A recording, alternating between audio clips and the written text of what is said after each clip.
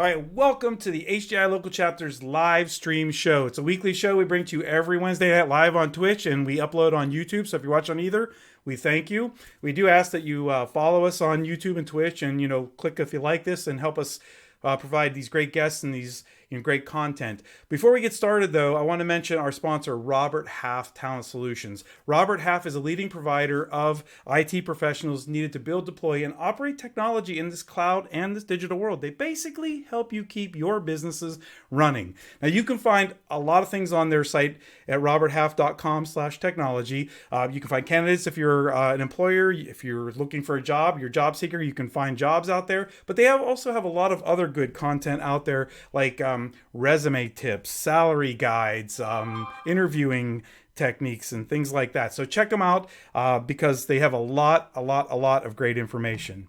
All right, so let's get on with our show. So our guest today is Shara Hutchinson. Now, listen, I met Shara, I think you were VP of programs for the HI local chapter, right? Yes. Right? So they invited me to speak at their place, and lo and behold, did I know when I got there, I was like, wait a minute. This girl is a TEDx speaker, and she's like going to watch me. By the way, that was probably my second or third presentation ever that I did in front of people, Shara. So just so wow, you know. you did a great job, by the way. So she is a TEDx speaker, a mom, CEO of Xposeyour, and best-selling author. By the way, Shara, well, you can see it on Twitch. I have your logo at the bottom and your book there too. So we'll talk about that coming up, right? But you're just passionate about helping leaders drive transformational change while keeping their employees and customers happy. Now, I said I snooped on you on your LinkedIn page. I see that you're also a certified change management practitioner and a talent optimization consultant that helps leaders achieve their most audacious goals. But I feel like knowing you and listening to what you've said in the past and kind of a little brief thing about your book, that the basis of your advice can be used by anybody in their organization, right? Yeah. Yep. So let's talk about that. I understand you have a new book out. It's not even out yet, really, right? It's pre-order only. It comes out in August. So what inspired you to, because the audience can see, it's called Barefoot in the Boardroom. Let me get the title. Every Leader's Guide to Navigating Change. I mean, that is not, oh, see, you even have eyes. It's not up here yet. So right. So it doesn't come out until August 2nd. August 2nd. Yeah. I recently got my author copies probably a couple weeks ago. And so I was like, I'll have it in time for this so I can at least show it. But yeah, the title is Barefoot in the Boardroom. Crazy title. What's up with that? Yeah. So let me tell you how I came up with the title. I had been wearing heels all day long, and I was scheduled to give a presentation in the boardroom. And the presentation was probably around 3:00. And about 2:55, my feet were hurting so bad. And I was just like, oh my gosh, I have this presentation. I have these heels on. And what am I going to do? So I walk in the boardroom and I had to make a decision. I'm like, you know what? I'm going to have to take my shoes off. I was in so much pain that I could not. For the ladies who watch, if you've been in heels all day and your feet hurt, you know, it's Women's History Month. So the women know. And I took them off. And I was like, and I announced, hey, I had to take my shoes off. I'm going to give the presentation. And one of the VPs that were in the room looked at me and was like, Shara, you're barefoot in the boardroom. And then he's like, that's a book title. And I wrote that down. And that was April 30th, 2017. So like, I still have the note in my phone of when I wrote the title down. And probably about somewhere around 2019, 2020, it was 2019 when I thought, you know what, I'm going to publish the book in 2020. Now, this is before the pandemic. This is before the world shut down, before all that stuff. And I knew that Barefoot in the Boardroom was going to be a book about change, right? But I had no idea what was going to happen in 2020, what was going to happen in 2020. So Big change. 2019 hit. And I wrote down at the end of the year, 2020 is going to be my year to publish Barefoot in the Boardroom. And then 2020 hit, and the beginning of or end of January, somewhere around there, I started jotting notes down, and then the world shut down. And I shut down too for a little bit. I was like, oh, I got all this stuff going on. I had my son was home with me while I was working, and he was 2 at the time, and that was change in itself, right? We all went through transformation. And so towards the end of the year, I started writing out an outline for the book. And something that dawned on me, when I was thinking about the correlation of being barefoot in the boardroom and me taking my shoes off, is that sometimes, right, in order to avoid pain, you have to do something unorthodox. You have to do something out of the norm. You have to do something that may cause people to look at you and say, what are you doing? In order to break out of the norms that you have and scale your team or your business or your processes to match where you're going. And I felt like 2020 was that year, right? How many organizations had to do something different that hurt? Different, right? Oh, yes, I mean? You're right. That hurt. And to alleviate the pain, you have to be like, well, what can I do differently? And you know what? Who's going to say something to me about it? And I always use the example about, because Netflix is a big thing right now. I always use the example of Blockbuster and Netflix, right? The president and CEO at the time of Blockbuster had an opportunity to purchase Netflix. And I believe, if I remember correctly, that Netflix was going to take on the name of Blockbuster. And the president said no.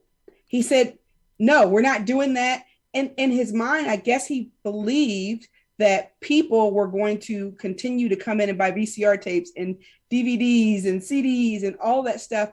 And he could not foreshadow and see what was to come.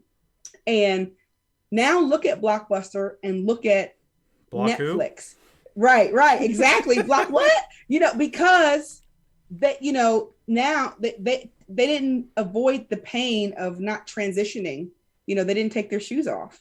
They decided to be safe. And it's funny you say that, because I know earlier, I think late last year, or one of the last episodes we did, we interviewed the Netflix DVD CSO, and I was thinking back on that.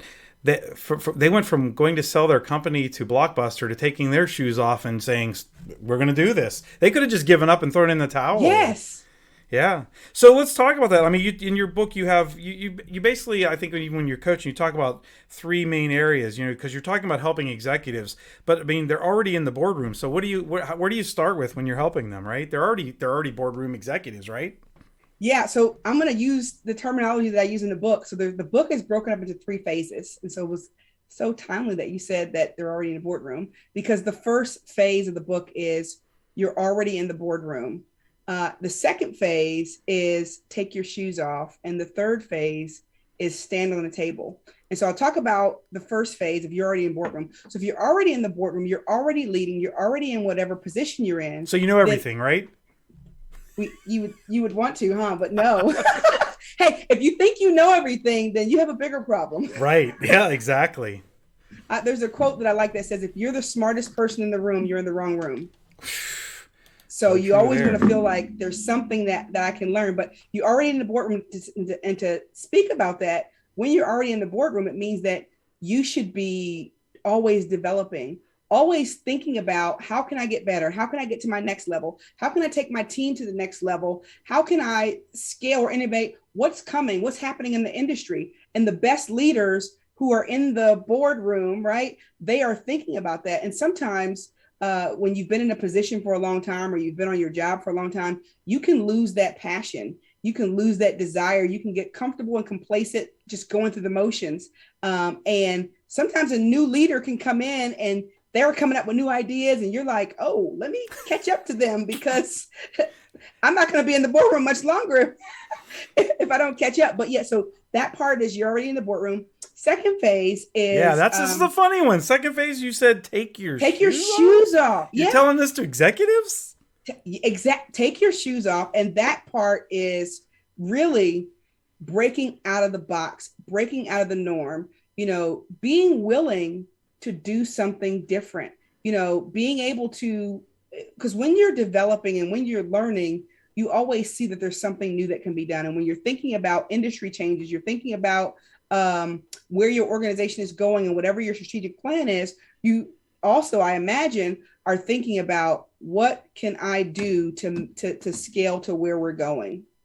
And when you take those shoes off, you may have to make decisions that are not decisions that you normally make. You may have to do, like, for example, implementing a new software, right? Like changing a process that's been in place for a long time, introducing new services. I read an article, probably this was maybe 2020, 2021. They were talking about businesses who were going to make it through the pandemic. I was just going to And ask you about, yeah. yeah, and interesting enough, there was on, and I don't know if it's a true story, if the person was just fabricating writing, but I'm going to cite it anyway. And they said there were two restaurants, one across the street from the other one, and when the pandemic happened, remember you could not sit in and eat. Neither of the restaurants had a drive-through, so one restaurant shut down completely and just closed down for business. The other restaurant across the street had somebody build a drive-through onto their building. And so then while everything was closed, right, on the inside, they had a drive-through, a makeshift drive-through where people could drive around and pick up food.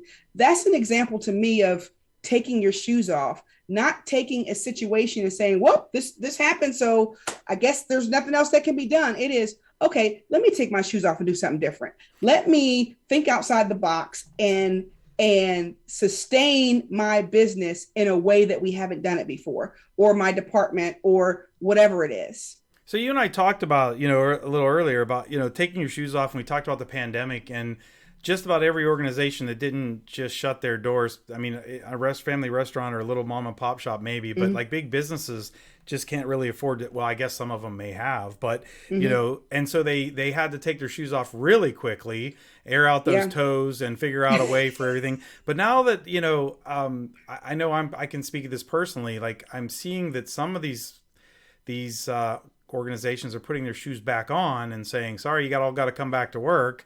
And it's confusing to the rank and file. You talked about, when we read in your bio how, this transformational change will keep your employees and your customers happy, but, they're just, I just don't understand how some of these organizations are still going back to it worked because we needed it to work. Now we want you to come back, and maybe they're putting their shoes back on.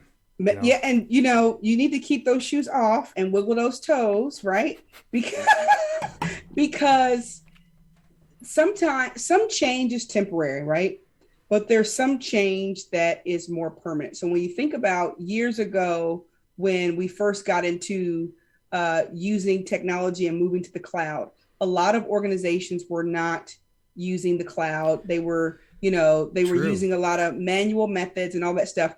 As time progressed, more organizations, even government agencies, started to use the cloud more because they saw the cost savings. They saw the ability to share resources, right, and information. They saw the ability to work remotely and share documents and update something at the same time and innovate. And so then when the pandemic happened, companies who were already had their shoes off and were already doing something different were able to make that transition fully, or they didn't have to do anything because they were already working that way. And then organizations who did not have their shoes off were suffering. And so when you think about working remote, I don't believe that's a temporary thing. I think that is here to stay. When I was at Otterbein College the other day, like doing a presentation, and I was talking to some of the graduate students there, and they mentioned and they enlightened me talking about the generation, right? The generation now, they want everything right now. They want everything to be flexible. We were talking about transportation more specifically. Yeah. And they were saying like, nobody wants to drive anymore. And they were saying like people, the kid, I don't want to say kids, but the younger generation want, like, they would rather pay $20 for an Uber for one trip, right? Than to drive somewhere or to catch the bus. Because for them, it's all about quick. So if when you think about the population who are in the workforce right now, how do you attract the younger workers if you're not going to accommodate with flexible methods? Yeah, exactly. You have more people who want to work from an Airbnb in Florida and then move back to Chicago and then come to Columbus. Like they want to do whatever they want and have that flexibility. And so a lot of organizations are. Who was it? There was a CEO. There was an article I saw on LinkedIn. I can't remember which CEO it was, but they mandated everybody to come back to work. And I want to say like 46% of the people came back. and the rest of them didn't show up on that date. And so when you think about keeping your employees and your customers happy, you need to pay attention to the signs. And I actually Yeah. have an acronym that I use for organizations. It's called CRASH. Um, and it is looking at various aspects of your business and observing if you're going to be in a crash. And crash is this acronym. So it's the C stands for watching your customer dissatisfaction. The R is for watching your revenue loss. A is watching out for an awful culture, right? That's where we tie into with making people come back when, you know, people have adjusted their lives.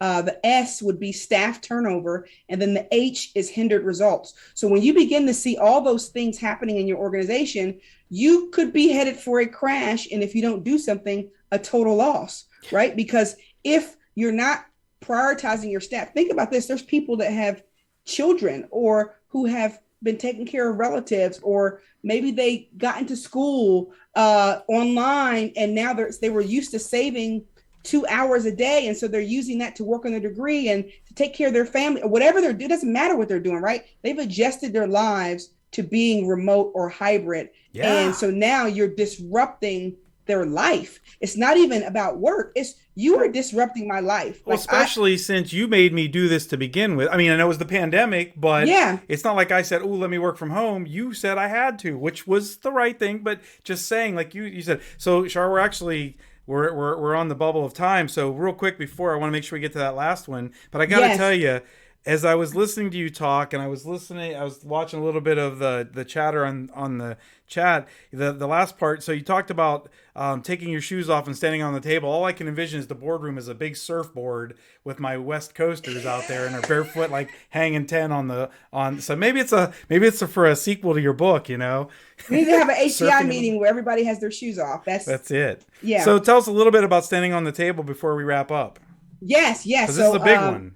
This is the big one. Standing on the table really is taking us. So once you develop yourself, and once you break out of your norm and make the change, now you have to stand for what you believe in, because everybody's not going to agree. And changing is difficult. So when you talk about being on a surfboard, right, you have to ride the wave, and the waves are not, you know, it's not easy. It's not for the faint at heart. You're going to be moving around and doing all that. And so taking a stand is actually, I'm an acronym person, it's also an acronym.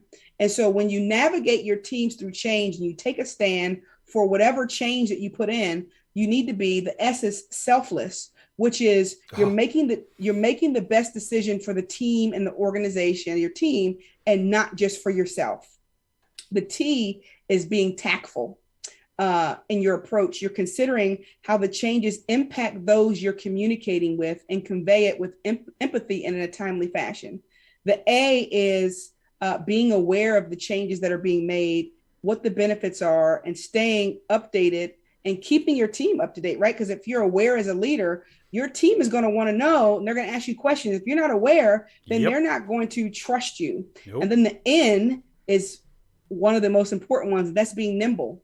Right? Nimble in your thinking, being quick to comprehend, asking for clarification, and being able to think and invent and come up with solutions. So even talking about that work from home, being nimble and agile, right? Sometimes things don't go the way you plan, and you need to be able to be flexible. And then the D is being daring, daring enough to have an unpopular yet necessary conversation, and be courageous to overcome the resistance to get the desired result. So when you take a stand, you are doing all those things. You're not thinking about yourself. You're being selfless. You are speaking with tact and making sure that you understand the audience. You're aware of your surroundings and aware of the situation and aware of why the change was made, so you can explain it. You're nimble, right? You're flexible with your method, but firm on your plans. And then you're daring. You know, sometimes it's uncomfortable to say no. It's uncomfortable to do the thing that is that nobody wants to do. And so if you can take a stand, then the change will last, right? Because a lot of times organizations, I don't know if this ever happened to you, but you ever roll out a new software, a new process, a new service, a new product, and people are gung-ho about it, and they use it for a little while, and then next thing you know, they're no longer using it. Yeah, because you know what? no one's taking a stand. No one is keeping track of it. Nobody's communicating about it. And since leadership forgets about it, the team's like, oh, if they don't care, I don't care either. And so that's why taking a stand is so important, and putting the measures. And I'm not going to get into all of the barefoot method, right? Right. That Yeah. actually helps you operationalize the entire strategy and changes, but really just talking about just taking that stand and then having some sort of change management process that sustains your growth. Well, Shara, it's been exciting. And I told you, Amy's online, our producer. We want to have you back because you have an interesting story also to tell, about getting up into the boardroom level. So we'll have to have you back. But I want to thank you so much for being on our show. It's great to have a world famous TEDxer on here and an author, to boot. So we do appreciate it. And we do appreciate you being on our show. And I do want to mention everybody, Shara is one of, she was I don't know, you were, I think, VP of programs for the Mid Ohio chapter. Still are. So, it's a great organization. That's where we met. That's where I learned a lot from people like Shara about presenting and everything I do. So check out the www.hcilocalchapters.org for more information on how to become a member. You can, and by the way, down below we have what you saw flashing on the previous screen was Support World Live conferences coming up in May. So a lot of us go there to see each other and to listen to wonderful speakers, like Shara. So it's May 15th through the 20th. It's in Vegas, so come on out. And you also can, we obviously, if you're watching us live, we're on our channel on Twitch, HCI Local Chapters. We're also on our YouTube channel, and you can follow us on LinkedIn as well. Please like us, the show, and subscribe to help us spread this wonderful news to our audiences. Shara, again, thank you so much, and everybody else, we'll see you next week. Thanks for having me.